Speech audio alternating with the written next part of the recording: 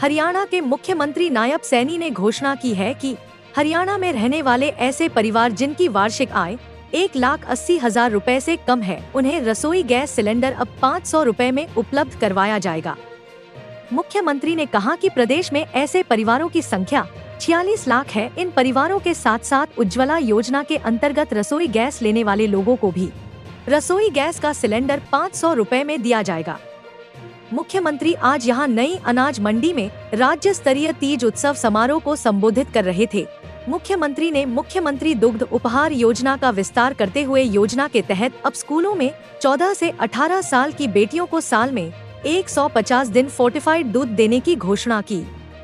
इससे पहले यह योजना केवल 14 साल तक की बच्चियों के लिए थी। मुख्यमंत्री ने एक अन्य घोषणा करते हुए कहा कि हरियाणा मातृ शक्ति उद्यम योजना के तहत अब 5 लाख रुपए तक का ऋण मिल पाएगा। उन्होंने सेल्फ हेल्प ग्रुप की महिलाओं का रिवॉल्विंग फंड 20,000 से बढ़कर 30,000 करने और सेल्फ हेल्प ग्रुप की समूह सखी का मानदेय 150 से बढ़ाकर 500 रुपए करने की घोषणा की। प्रदेशवासियों को हरियाली व खुशहाली के प्रतीक तीज के पावन पर्व की हार्दिक बधाई एवं शुभकामनाएं देते हुए नायब सिंह सैनी ने कहा कि तीज उत्सव पर भाई द्वारा अपनी बहन को कोथली देने की हमारी सदियों पुरानी परंपरा है। बहनें अपनी ससुराल में भाई के आने का इंतजार करती हैं और भाई के आने पर खुशी व्यक्त करती है तथा उसे सदैव फलने फूलने की कामना करती है। आज आपका यह भाई भी आपको कोथली देने और आपसे आशीर्वाद लेने के लिए आया है। मुख्यमंत्री ने लगभग 30,000 महिलाओं को कोथली भेंट की।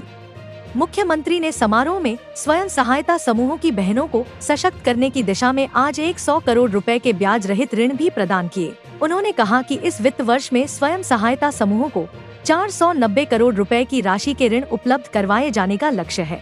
उन्होंने कहा कि इस वित्त वर्ष में स्वयं सहायता समूहों को 490 करोड़ रुपए की राशि के ऋण उपलब्ध करवाए जाने का लक्ष्य है। इसके अलावा उन्होंने आज प्रदेश के 66 महिला स्वयं सहायता समूहों को भी सम्मानित किया। मुख्यमंत्री ने प्रधानमंत्री नरेंद्र मोदी का धन्यवाद करते हुए कहा कि प्रधानमंत्री ने स्वतंत्रता दिवस 2023 के समारोह में लखपति दीदी योजना शुरू करने की घोषणा की थी। चूल्हे चौके से निकलकर लखपति दीदी बनने के लिए महिलाओं ने जो गजब का उत्साह दिखाया है, इसके लिए आप सभी बधाई की पात्र हैं। हरियाणा सरकार ने विभिन्न प्रशिक्षण कार्यक्रमों के जरिए 2 लाख बहन बेटियों को लखपति दीदी बनाने का लक्ष्य रखा है। प्रथम चरण में हमारा लक्ष्य इन 62,000 बहन बेटियों को लखपति दीदी बनाना है।